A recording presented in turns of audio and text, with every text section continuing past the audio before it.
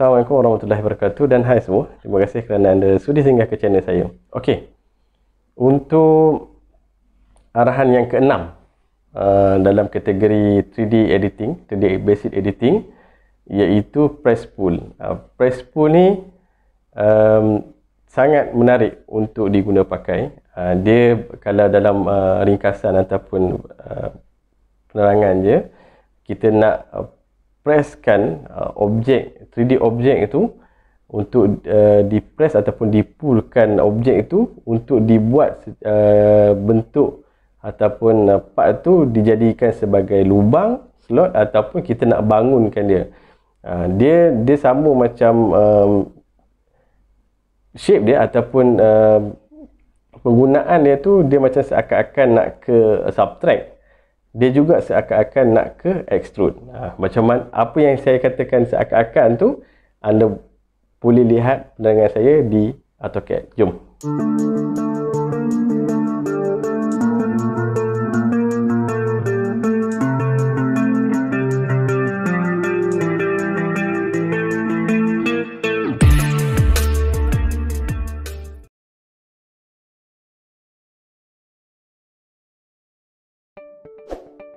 Okey, kita pergi ke arahan editing, basic editing 3D yang ke-6, iaitu press pull.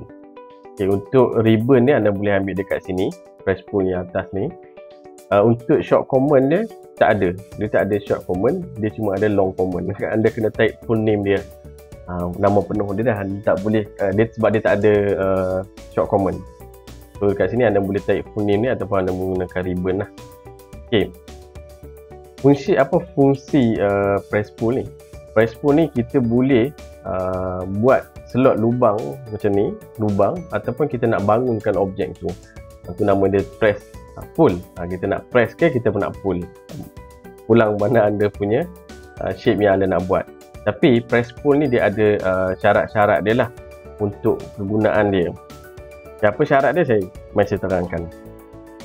Okey. So, saya ambil press pull, ribbon kat sini. Contohnya sekarang ni saya nak buat dia slot macam sekarang ni. Kalau kita tengok dia punya 3D realistic dia, okay, dia ada satu slot dekat sini. Kalau anda tengok ada slot dekat sini. So, kat sini saya nak tebuk lubang dia lah. Saya nak tebuk lubang dia. Saya tukar kepada 2D wireframe dulu. Saya nak tebuk lubang dia. Saya boleh pakai ribbon ni, press pull. Saya klik di dalam permukaan ni, di dalam. Klik, saya bawa ke bawah. So, automatically dia akan cut. Anda menjadi macam subtract.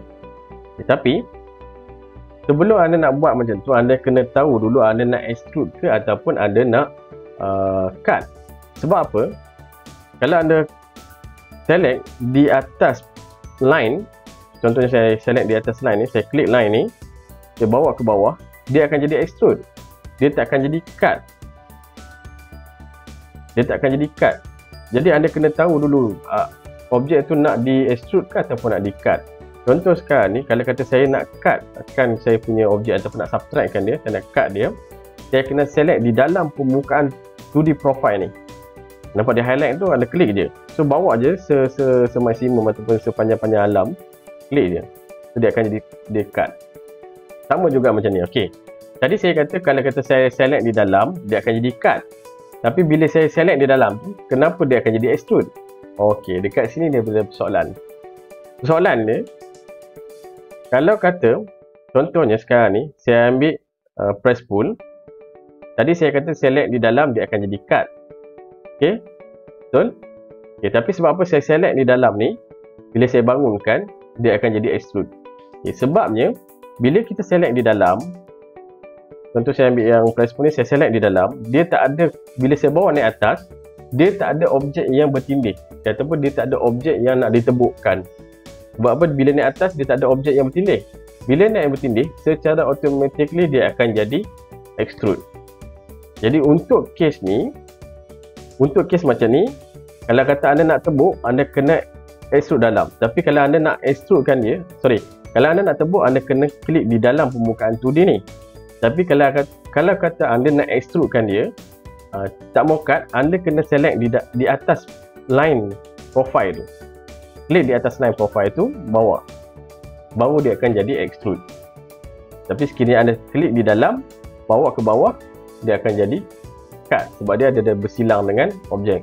Jadi kalau kata anda tahu objek ni nak di extrude ke atas, anda boleh ambil press pull, anda select je mana-mana, sama ada line ataupun di dalam profile. Sebab apa dia tak bertindih, dia akan jadi extrude. Tapi kalau dia bertindih ataupun bersilang, interfere, dia akan jadi cut. Sama macam ni lah, kalau kata saya nak extrudekan dia, saya tak kisah sama ada saya nak select di dalam permukaan ataupun di atas profile tu. So kat sini tak ada pilihan, boleh saja select mana-mana.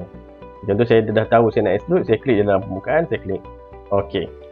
So dekat sini dia ada condong angle macam ni. Saya boleh ambil line, saya klik point sini, sekali lagi saya ambil line point sini dengan point sini. Enter. So saya ada yang line macam ni, saya terus boleh pakai press pull. Saya select permukaan dalam dia, saya bawa sepanjang alam, so dia akan potong. Ok,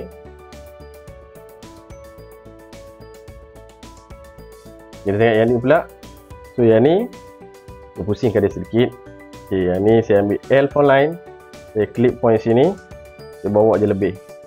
So saya boleh terus extrude dia 48. So saya ambil press pull, saya klik je permukaan belakang tu, bawa naik atas 48, enter. Dekat sini dia ada circle slot ni kan, saya nak radius 12. Saya ambil C for circle, saya ambil ni 12, enter.